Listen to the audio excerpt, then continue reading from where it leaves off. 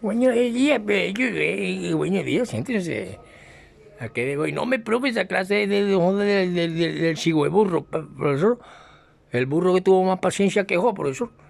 Sí, así es. Y esas son metáforas, son cuestiones, y ustedes lo toman como verdad, pero en la realidad también puede pasar, no tiene nada de extraño. Hoy no quiero que ustedes se centren en estas transformaciones, en este reformismo, en todas estas cuestiones que ya se dieron desde hace buen rato con la decadencia de los imperios zaristas que mantenían a través de unas ortodoxias religiosas en la miseria, en la opresión, en la cuestión de campos y prácticamente el feudalismo zarista, que va dando paso a que nazcan estos grandes pensadores, historiadores de las ciencias sociales, hombres ilustrados, como fueron cada uno y todos los que participaron en las cuestiones revolucionarias, hasta que llega el momento de un Gorbachov. Para darle paso a la figura del presidente y poder entender hoy en día a un Putin. Aquí entran muchas cosas y que mucha de esta gente perteneció al ejército, como fue León Trotsky. En un momento dado, y hay expulgue de ministros y cosas, para que ustedes entiendan esta cuestión que todavía nosotros estamos haciendo el culto a la personalidad, a una estatua gigante de un judío. Allá, toda esta gente, Trotsky,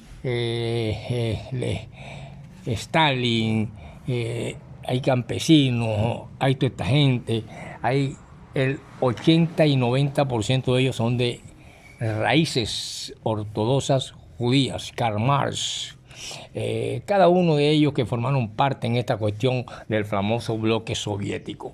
¿Y por qué su desintegración y en el momento en que la perestroika?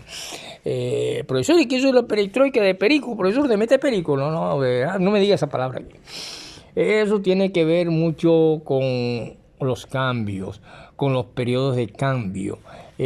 Prácticamente podemos decir que esa es una palabra que surge ya en un momento antes de que nazca la figura para presidentes en la caída Unión Soviética. Una Unión Soviética que estaba llena de parásitos, de gente limosnera, con un cristianismo de pide y pide y de miseria y de que yo sí soy bueno porque le di esto al otro, y en eso cayó, entre eso estuvo Fidel Castro.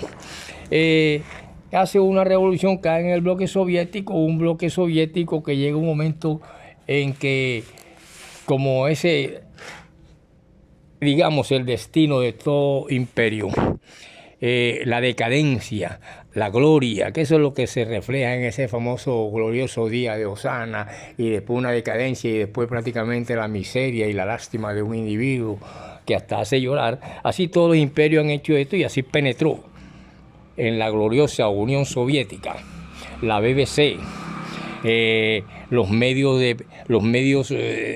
de comunicación occidentales, para yo poder hablar de esta cuestión y entender qué es esto. Nace una cuestión que es los una cuestión totalmente de estos hombres en un momento de aquella efervescencia de unos Nikita Khrushchev, y de ahí donde viene más adelante Brezhnev y los demás, hasta llegar a la figura presidencial en Rusia. Pero para llegar a esto primero tenemos que ver y querer y saber que casi todos estos grandes hombres de la Revolución Rusa y en el mundo tienen raíces judías. Karl Marx,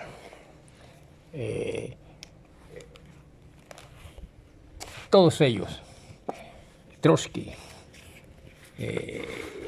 todos, y de campesinos que en un momento dado se ven en siglo XX a enfrentarse precisamente con unas raíces religiosas zaristas donde se le brinda culto a la religiosidad de los monjes, como es el caso de Rasputín, quien logra resucitar al hijo de, creo que de Nicolás y Catalina, las zaristas, que mantenían a una Rusia totalmente desigual y una Rusia totalmente en ruina.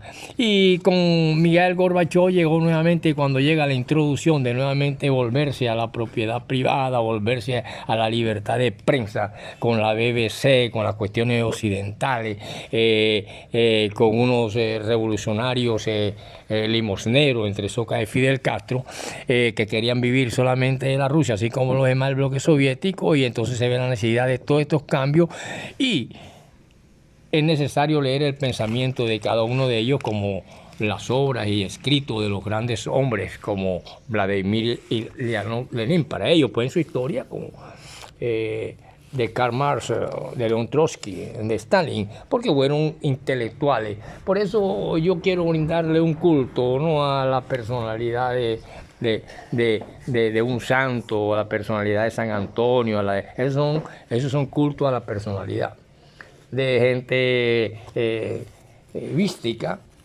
gente que de una u otra forma todavía llevan tantos siglos ahí brindándole pleitesía al limosneo, pleitesía a lo que es tranca para el proceso del crecimiento de un hombre distinto, para poder yo hablarle de esta gente y poder entender la perestroika, que fueron los momentos de reformas de Gorbachov, que con su cuestión de la perestroika, que en última instancia vino a traer nuevamente aquella gloriosa Unión Soviética, y que hay pugna entre los mismos revolucionarios, entre esos mismos pensadores, Trotsky, Stalin, hay persecución entre ellos, algunos eran moderados, los otros eran reformistas, pero que en última instancia nació después un parasitismo.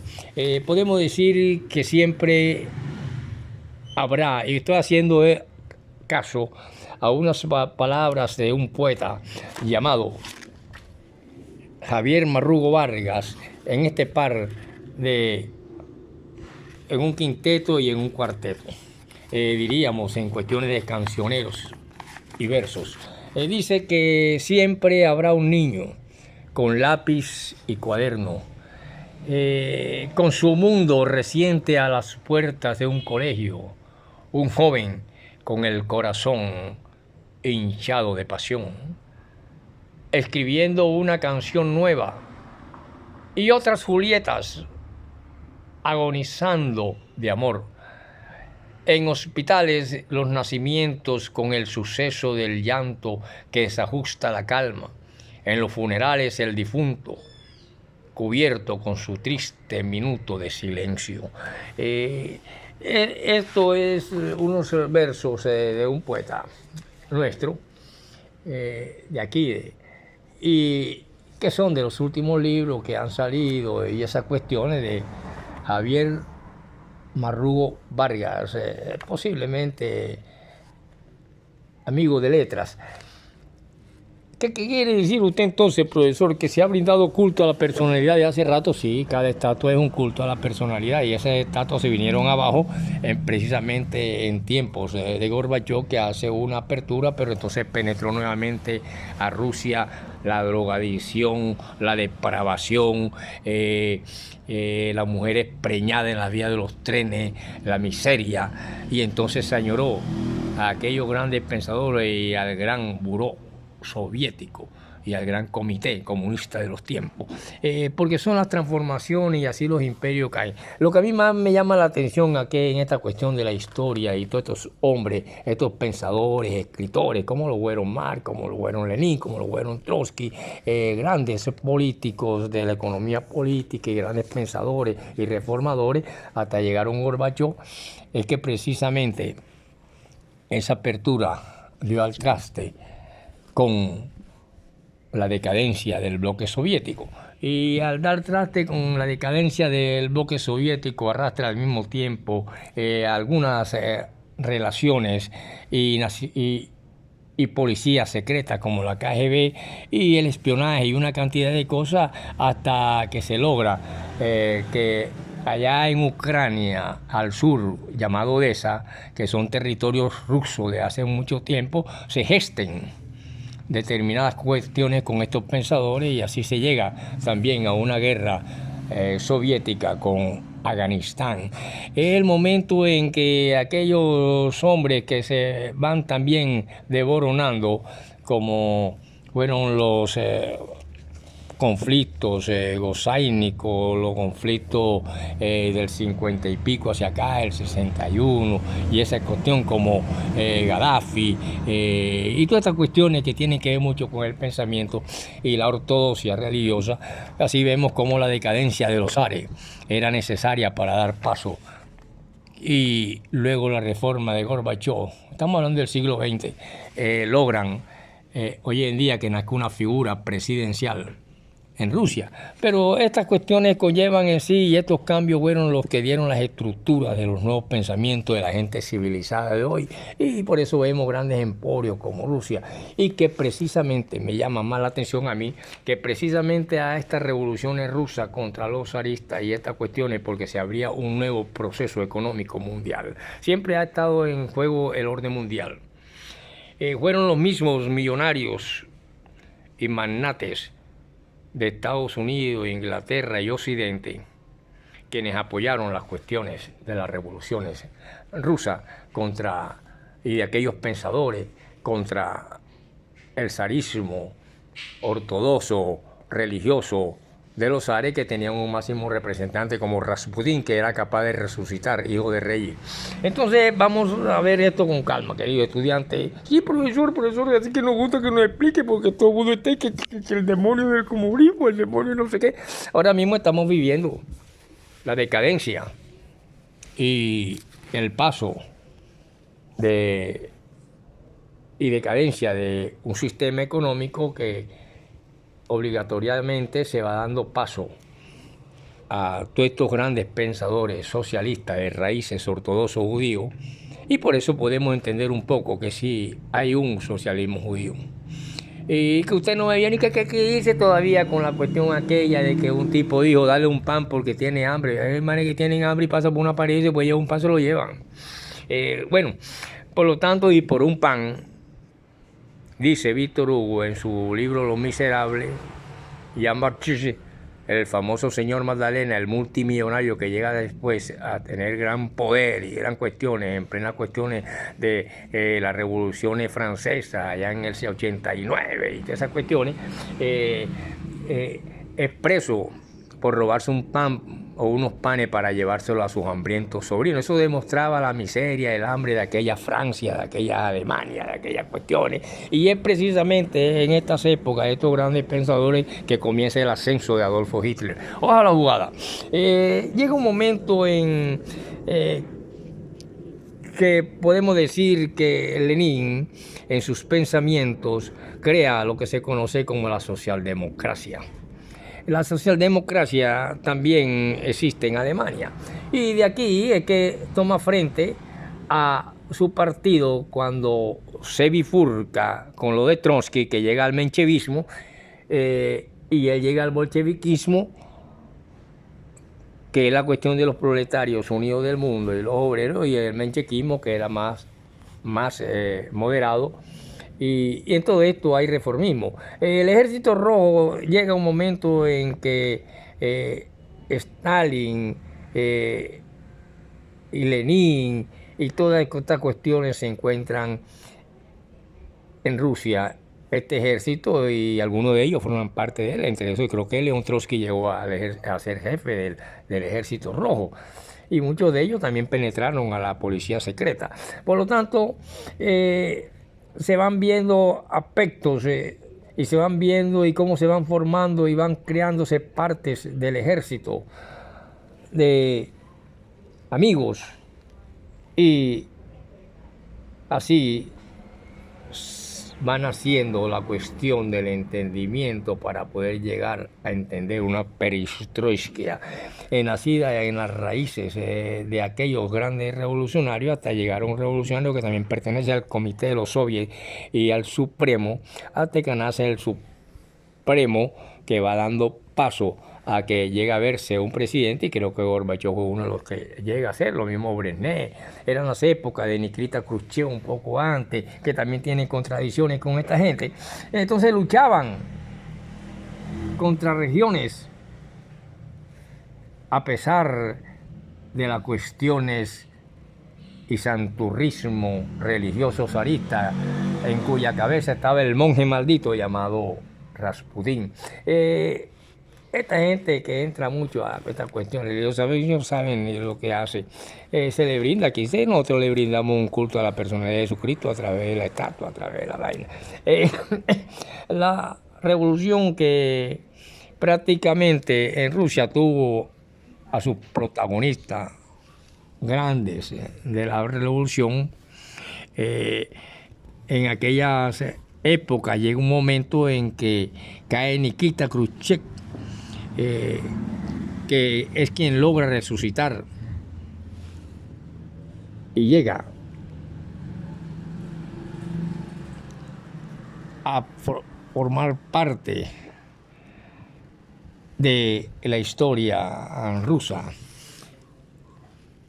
Y logran resucitar el monje maldito a hijo de zares y cuestiones, y entonces ahí va la cuestión religiosa. Hoy en día, hace poco, un tipo le estaba sacando el demonio a una niña de 16 años chupándole la lengua. Y los idiotas, mamás, familiares a los lados y los demás, sortos, en una forma cándida, viendo cómo el tipo prácticamente la estaba martillando delante de todo ello, le chupaba la lengua y chuki botaba luego, y ya está saliendo el demonio, y así poco a poco ya de ahí la puede pasar la cama. Entonces ustedes están creyendo esto que todavía que aquí dice, y la historia va por otra parte. Así podemos entender a la Rusia de hoy y los grandes problemas que hay en Ucrania, sur de Ucrania, Odessa, que siempre han pertenecido a Rusia. Ahí podemos entender mejor esto cuando nosotros vemos que existe el escenario geográfico ruso que sirve de tabla para las grandes escenas de la diplomacia, de la economía política, del pensamiento revolucionario y de la Rusia actual con sus perestroikas, que significa transparencia, periodo de cambio, pero que ahí son reformas y cuestiones que en última instancia este Gorbachov llevó nuevamente a la ruina, a la decadencia y a la penetración de la propiedad privada y una cantidad de cosas, y pronto se vieron en las calles las mujeres preñadas, las niñas consumiendo droga en la fila del tren, la decadencia, la mafia para allá, el jíbaro para acá, y una Rusia que fue gloriosa, pero con una cantidad de países parásitos que querían vivir de la Unión Soviética, y que era el famoso URSS, entre los que cayeron precisamente, entre ellos el famoso Fidel Castro, que entre última instancia cada país dueña de su revolución, y le tocó hacer su revolución acá porque también estaba ante unos países y emporios que van dando paso, y la misma historia lo va delegando a un lado, porque si no se asfixian, de países poderosos que pasan de la fase feudalista al inicio del capitalismo en su medio y en su proceso de desarrollo, hasta que llega a un momento en que no puede sostenerse y empieza la decadencia de los imperios. Así sucedió en el ayer. Y por eso nacen todos estos grandes historiadores, escritores, filósofos, históricos, una cantidad de cosas. Lo que queremos aquí más bien es situarnos que ya teniendo nosotros que aparece de pronto un Gorbachov en el Soviet Supremo, y que está en esta cuestión socialista económica, se puede conocer como apenas reformista, y ataca el culto a la personalidad de José María Stalin, porque de José María Stalin y de todo lo que significaban estatuas y cosas como la de Lenin y todo, para dar paso, y así solamente se puede llegar a la figura presidencial de un Vladimir y no Lenin hasta hoy. Pero que Gorbachov y la perestroika de Gorbachov conllevó con la introducción del occidentalismo a la decadencia, a la depravación de la sociedad rusa hasta que nuevamente vuelve a ser gloriosa como la vemos hoy en día, esas grandes calles, esas grandes avenidas, los grandes monumentos, el poder económico y social, y es lo que se conoce hoy en día como el nuevo orden. Ya ese nuevo orden sucedió en aquellos días cuando surgió el famoso modo de producción de la fábrica y la cuestión y la mano obrera para dar las riquezas a algo que se llama capitalismo y que obligatoriamente la historia le exigirá que debe haber un periodo de transición, o si no, o desaparecen o entran al nuevo contexto mundial que se conoce como nueva geopolítica, se conoce como el nuevo orden social, el nuevo orden económico, etc. Aquí en todo esto va la historia, la economía política, la cultura, el pensamiento. Y el origen prácticamente de judíos ortodoxos en la presencia de América, en la presencia de Europa y en la presencia de Euroasia, entre esos los rusos. Por lo tanto, vamos a continuar con esto y vemos que cuando usted está yendo a una iglesia y usted lo que está brindando un culto a una personalidad, ya sea a través de una estatua, ya sea en forma invisible, de un pensamiento antiquísimo que ya en estos momentos no produce nada en la humanidad, sino limosna. Que la egolatría de cada un individualista cuando hacemos esto, lo otro. Pero ustedes ahora mismo no están capacitados para entender ciertas cosas. Vamos a llevarlos poco a poco, queridos estudiantes. Sí, profe. Bueno, ustedes saben que cuando nosotros hablamos de Odessa, estamos hablando del sur de Ucrania. Todas estas cuestiones son territorios rusos. Grandes millonarios de Estados Unidos, Inglaterra, Holanda, de los países bálticos y todas esas cuestiones fueron apoyadores de las revoluciones rusas, porque era el fenómeno que se abría paso ante una decadente y depravada economía que utilizaba a los monjes para resucitar, y eran demasiado religiosos los famosos zares. Por eso cuando usted le viene, no hay que a mí no me venga con esa vaina, guau. Por lo tanto, tenemos que nacen grandes figuras que tienen que ver con el emporio y el ascenso de ciertos estudiantes de universidades y pensadores, entre los que están Marx, Lenin, Trotsky. No eran ninguno semianalfabeta ni ninguno que se está leyendo un versículo de un libro negro antes ayer y hoy en día. La ignorancia nunca ha podido con la razón, que tiene una antesala que se llama el raciocinio. Y ahí es donde está la equivocación de muchos. El raciocinio es la antesala de la razón y muchas veces nos hace equivocar. Por ejemplo, un tiro, enseguida el raciocinio es el que actúa inmediatamente. Se encuentra en la otra sala de la conciencia, que es la subconsciencia. Todavía no se tiene conciencia de qué ha pasado. Usted escucha un tiro y lo primero que puede pensar es: ay, el señor Joaquín tiene un revólver, seguro fue que mató a la mujer o se pegó un tiro. Y nada de eso está sucediendo, porque cuando la conciencia se da cuenta, está cerca al fenómeno y analiza, se da cuenta que el señor Joaquín estaba limpiando el revólver o el fusil, la escopeta, y se salió un tiro.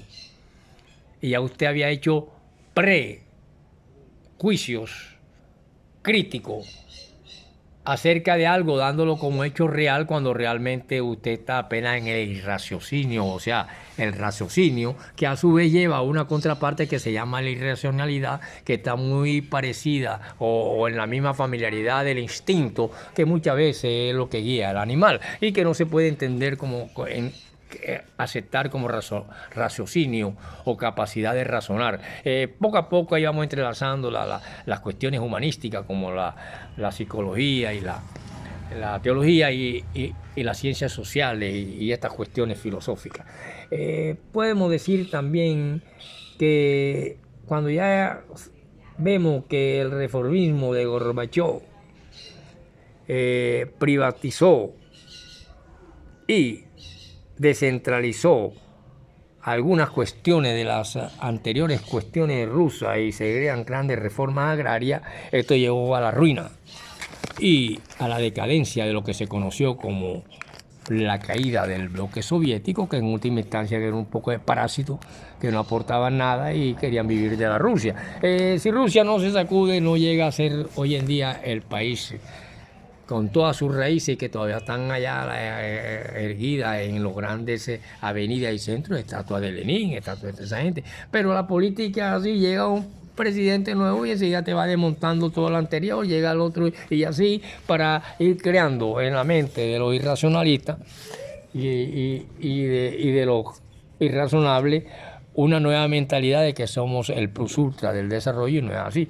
Por eso que nosotros vemos que la KGB de la Unión Soviética, que era policía secreta y pública, vemos palabras como el Buró Supremo, que estuvo y actuó en Occidente, y se llega así